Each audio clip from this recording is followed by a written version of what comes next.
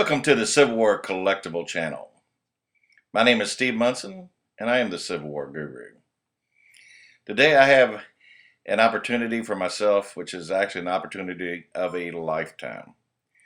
I have in here for evaluation General P.T. Beauregard's presentation sword. And these are very seldom ever seen outside of a museum. So I have this grouping here today to evaluate and to share with y'all. So let's get started. This is a magnificent gold-gilded French-made sword, and it was presented by Colonel Francis Alexander LeMat to General Beauregard.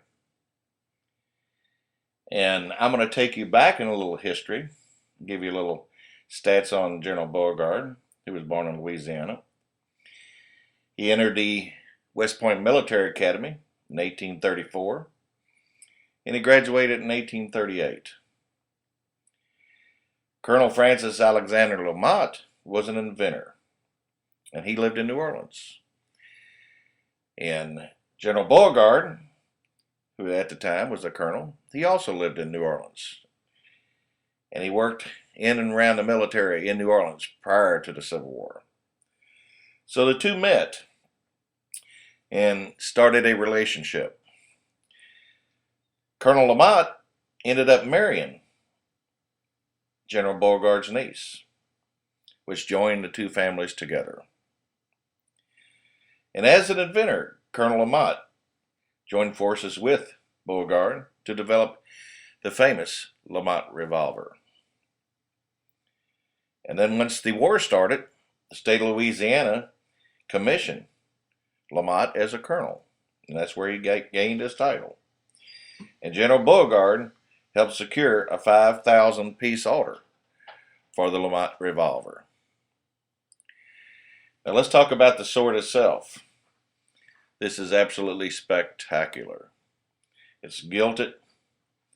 It's called an esprit. That's the French name for it. It has magnificent scallops and chasing, and it's just absolutely undescribable. So we're going to get some real good close-ups so you can see the workmanship and artistry that's been put into the sword. And as you might know and may not know, so I will kind of inform you a little bit, in the Confederate Army you had 8 full generals. And General Beauregard was listed as high as number 4. Now, Beauregard's fame, as most of you all will know, and some may not, started when he fired the first shots on Fort Sumter. And he captured Fort Sumter. And he became nationally known in the Confederacy and in the Union also. And then after the Fort Sumter incident down there, where he captured it from Robert Anderson, he went to Richmond. And he joined the armies up there. And he was the hero of the Battle of the First Bull Run, where they routed the Union troops. So this is one of the most significant generals in the field and off the field. On his trip from Fort Sumter to Richmond, at every train stop, there'd be thousands of people there to greet him.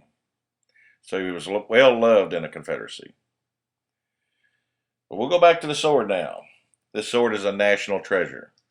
How do you evaluate it? We know that General Grant's sword sold a couple years ago for $1.6 million. And you got one of the top Confederate general swords here in front of you.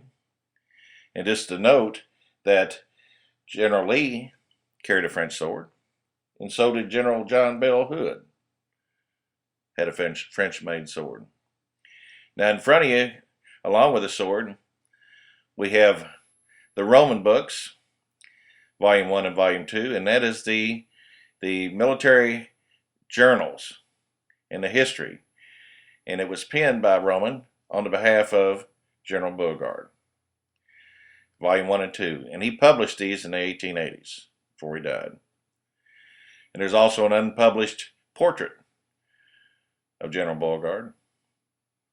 And then another book that was published in the 1930s by one of his nieces.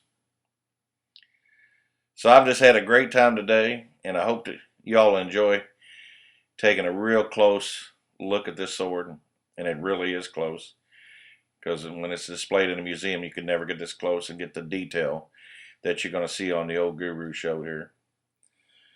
So value-wise, I don't know. The sky's the limit. But I think that conservatively, because we're here in Kentucky, we would certainly think that this is worth $500,000. And at auction, you get a couple, three bidders after it, and he's never come on the market. The sky's the limit. But I'm going to let the music play, and you enjoy what you see there. And from the Civil War Guru, have a great, great day.